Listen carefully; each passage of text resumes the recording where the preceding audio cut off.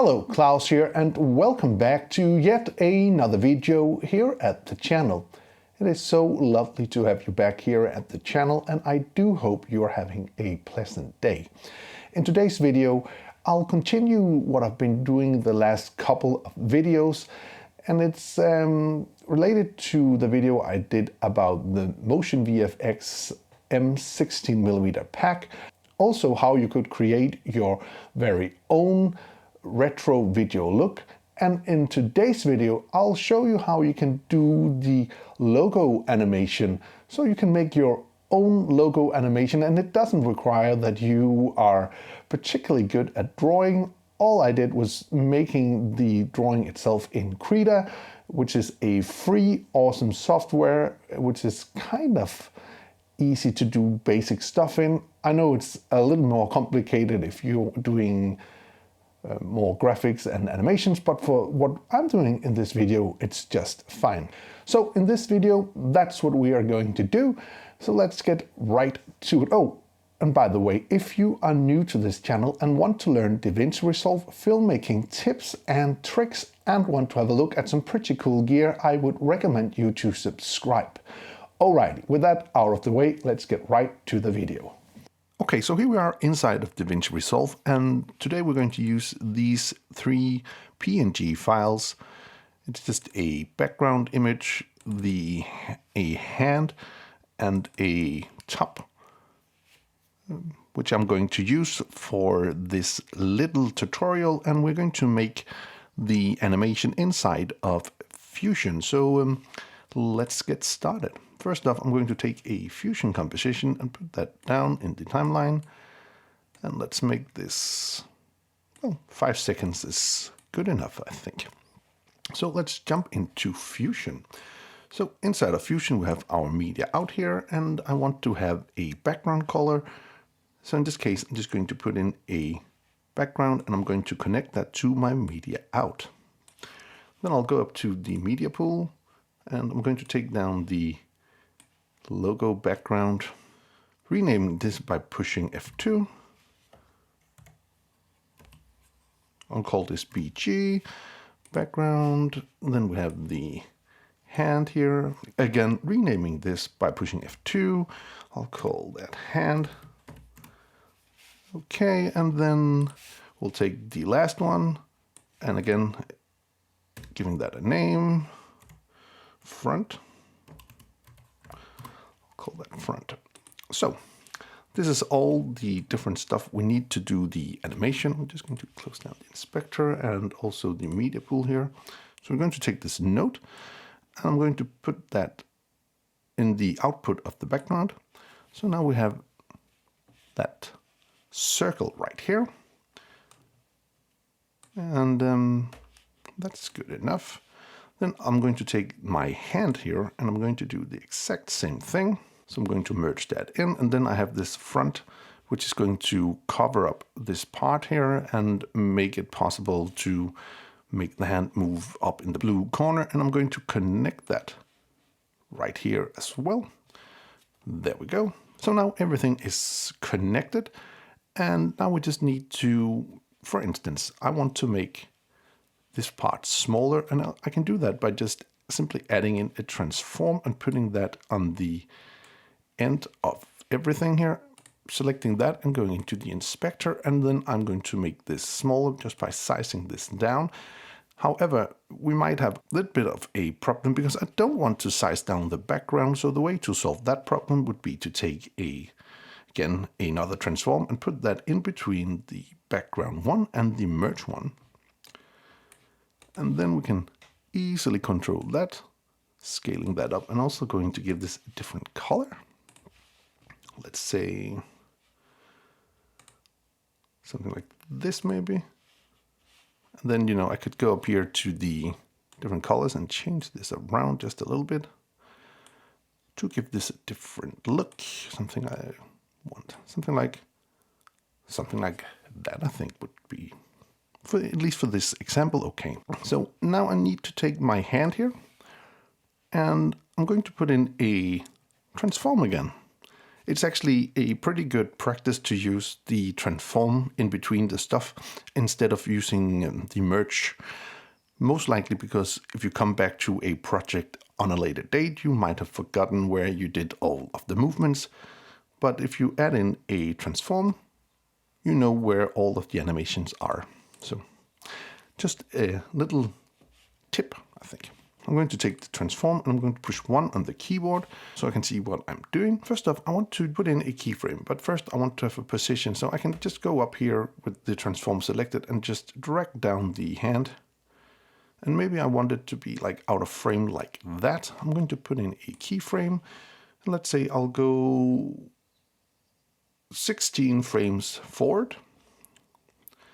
And then I'm just going to put up the hand here, like as much as possible, something like that.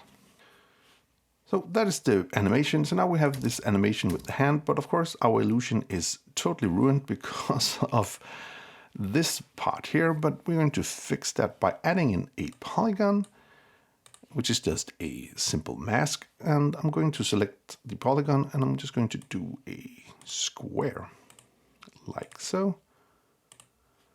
And in the selection here of the polygon, I'm going to push invert and I'm going to connect this to the hand. And obviously I'm going to make this a little larger so it will fit. And then I'll go to the frames and go to the first frame. And I'm going to move this up a bit like so. And I'm going to hit in a keyframe in the center here in the polygon. And then we'll just go forward, like you see, until we are here. And we're just going to make some small adjustments, making another keyframe. And also here, we are going to make some more adjustments super fast, like that, and hit a keyframe again to make sure it will be just like the way we want it. So there we are. Just one little thing where it wasn't really good. And that's around this frame here. So of course we are going to just do a little selection again and put in another keyframe. Like that. So now we have the movement of our animation and it's done pretty simple. If you push Alt Option and use the scroll wheel, you can zoom in and out on our thing here, which is perhaps what we want, to have a little more space. So this is the basic of the animation we are doing, just like that. One thing to add in would be motion blur. The way you could add in motion blur is quite simple. We'll go into the merge here of the hand. And I'll go up to the inspector and I'll go into the settings. And right here in the settings, I have motion blur. And here I have the different settings. Usually I would use shutter angle 180 degrees because that is what's looking most natural. And then you could bump up the quality if you want to, like that. And then we are going to have the motion blur added into our little animation, which is going to help to sell that effect a little better, I think. 4 might be a little too much. I'm going to bump that down to 2 again. And then let's have a look at what we had here. There we go. I think that is cool. So we could add in some kind of a text as well. And there is multiple ways of doing exactly that. The easiest way would just be to add in a text plus node. A little more complicated would be to do some kind of a 3D text, which we can of course try to do. So I'm going to add in a 3D text. I'm just going to close the inspector for a while. So I have a 3D text. So to make 3D text work, I would need to have in a merge, and I also need to have in a renderer, which is right here. So I'm going to connect my text to the merge to the renderer, and the 3D renderer is making this into a 2D image. So if I take a merge node and add that down here, I can add in a 3D text as well. just like that. So if we go into my 3D text, into the inspector here, I'll write something. So let's write film, learn, share, which is the slogan of this channel. Then I would go into the extrusion and I'll change the extrusion depth here. And also the bevel depth, I could do a little bit that. Something like that. Pretty simple. Let's take in another font. Let's take this font here and let's just size it down a little bit. Then I'll go into the transform and I'm just going to push this down just a little bit. So we have it around here. So to make this look more like a 3D text, I would have to add in some lights. In this case, we're just going to take the basic light here and I'm going to put that into the 3D merge. And I'm going to select the light and just push 1. And if I go into the renderer here, I need to go into the settings here with lightning and I'm going to enable lightning and shadow like that. And then I can go up to my spotlight again. And if I move this around, just go into the transform settings. There we have it. So I need to, let's say, make this larger. Like that. And then I also need to, so we can do some kind of a pretty simple animation like that with the light. So let's do that. A super simple animation. So here we have the hand. I'm just going to put in a keyframe right here. And then the hand is going to come up. I'm going to put in another keyframe. I'll just go a little forward and then we are going to make a effect like that. So now we have this film learn share thing, a super easy animation. So I want to add in a little more. So if I go into the shading and I go down to, let's say, rotate, maybe we could rotate these letters, something like that. So we can also see the 3D effects. So let's do that. I'm going to go into the beginning of our little animation here. I'm going to put in a keyframe and it's going to be something like this.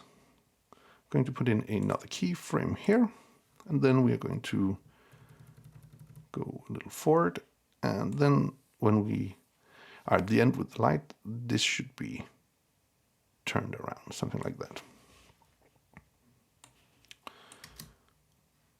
Something like that. Cool. And then I want to blend this in so it's not visible from the start. So let's just go into the merge and I have here a blend mode. So I'm going to push this keyframe at this particular time and then I'll just go back a little while and then I'm just going to bump this down so it will disappear. So here we have that logo animation done pretty fast. And then I'll just go back to the edit page. Just going to close down the effects. And this is what we have. And of course we could add in a little bit more if we want to. For instance, let's just go up to the inspector here. And let's just do a very subtle movement. I'm going to put in a keyframe in the transform and the position. And I'll go to the end of our little effect here. And I'm simply just going to zoom in a bit and I'm going to make the logo around here. So now we have a little bit of a movement in our little logo as well. And then, you know, to give this a unique look, you could use some of the other things I showed in some of the other videos by using, for instance, the M16mm package from Motion VFX. If you are interested, take a look down in the description below, or you can use some of the built-in tools in Davinci Resolve or create your own from scratch like I did in the basic Wednesday tutorial this week. Anyway, I do hope you found this video useful. If you did, please hit that subscribe button, give the video a like, share it with your friends if you think it would help them out, and if you want to be notified every time there's a new video on this channel, please hit that bell icon down in the corner. Until next time, keep filming, keep learning, and keep sharing.